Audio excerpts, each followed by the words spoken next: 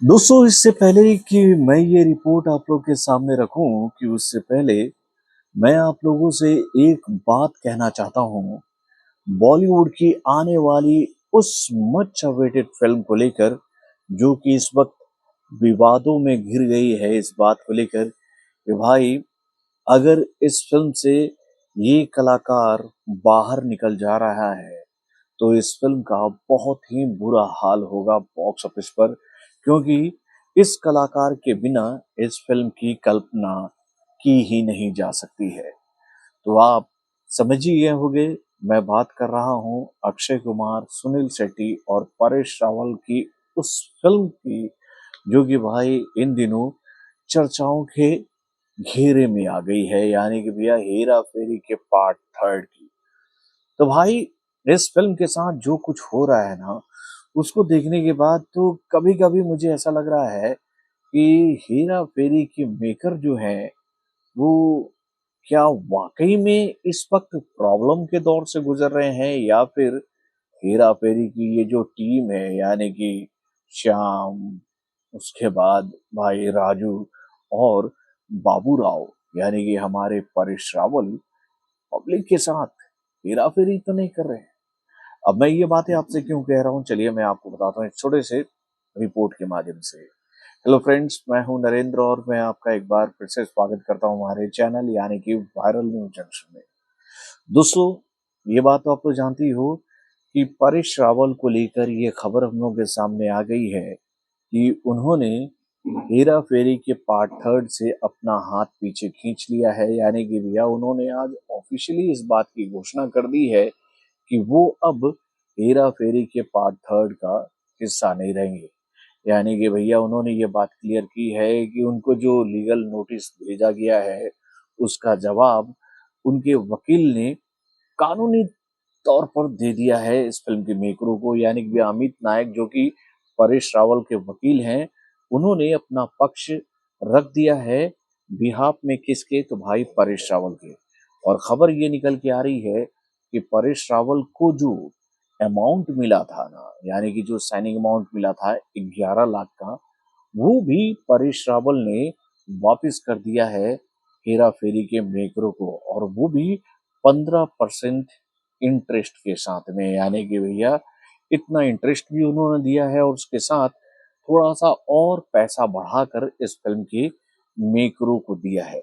यानी कि परेश रावल ने ये बात कही है कि भाई उनके वकील ने जो जवाब दिया है अपने तरफ से उनके बिहाफ में, कानूनी तौर से सभी बिंदुओं को ध्यान में रखते हुए, उसको देखकर ये विवाद जो है वो जल्द ही टल जाएगा, यानी कि खत्म हो जाएगा, सारा मैटर सुलझ जाएगा और ये विवाद जो है आगे नहीं बढ़ेगा। इसके बाद इस फिल्म के मेकर जो है वो अपनी फिल्म को बनाने के लिए पूरी तरह से स्वतंत्र रहेंगे परेश रावल के बिना।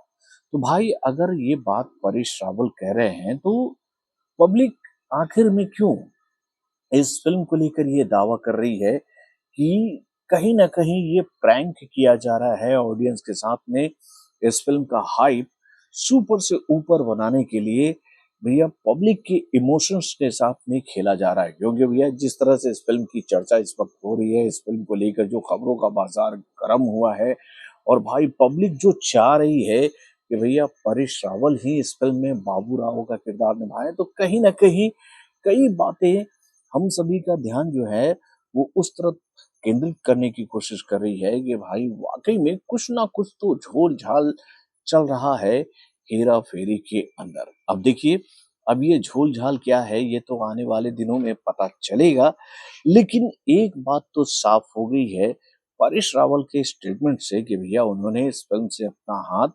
बाहर खींच लिया है। अब भाई इस विवाद को लेकर कई सारे थ्योरीज हम लोग के सामने आ रहे हैं कि भाई आखिर में ये विवाद शुरू हुआ तो हुआ क्यों।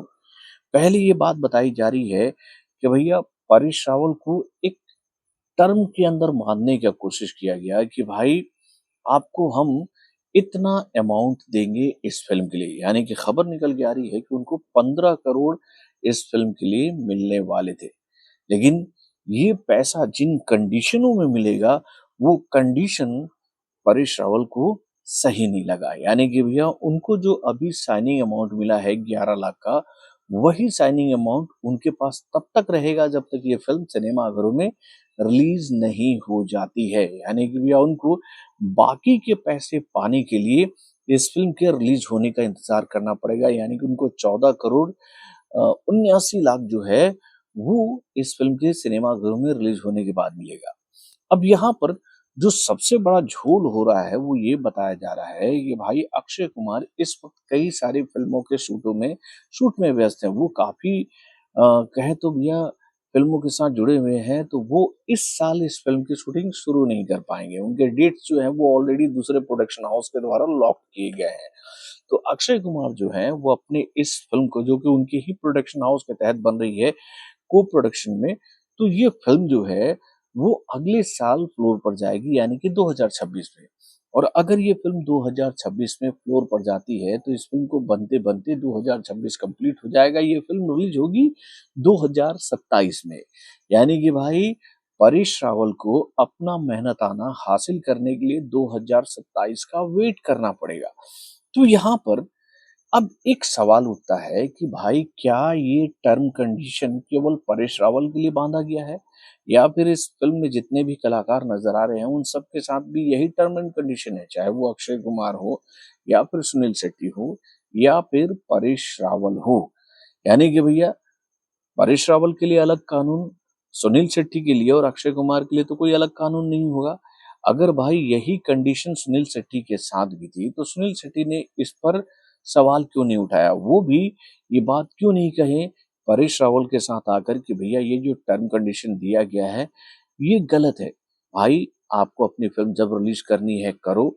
आपने हमसे डेट मांगा, टाइम मांगा, आपने हमसे बोला कि हम आपकी फिल्म का हिस्सा बने, हम बनने के लिए तैयार हैं। तो भैया जो हमारा मेहनताना है वो फिल्म कंप्लीट होते होते पूरा मिल जाए। यानी कि भैया कुछ टर्म कंडीशन होते हैं प्रोडक्शन हाउस के। पहले तो हम लोग ये बात जानते थे कि भैया अगर किसी भी कलाकार को किसी फिल्म के लिए साइन किया जाता था तो उसको इमीडिएट पैसा दे दिया जाता था।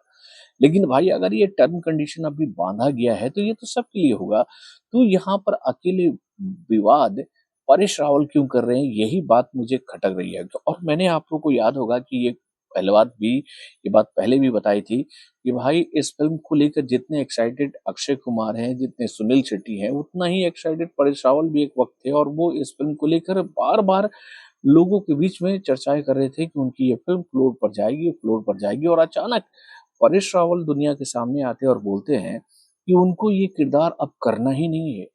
जो परेश रावल आज से 2 साल पहले तक इस फिल्म को लेकर कुछ ना कुछ स्टेटमेंट देते रहते थे कि हाँ भाई फिल्म की कहानी पर काम चल रहा है, ऐसा हो रहा है, वैसा हो रहा है, वही परेश रावल आकर अचानक भाई कह देते हैं कि वो इस फिल्म का हिस्सा नहीं बनेंगे।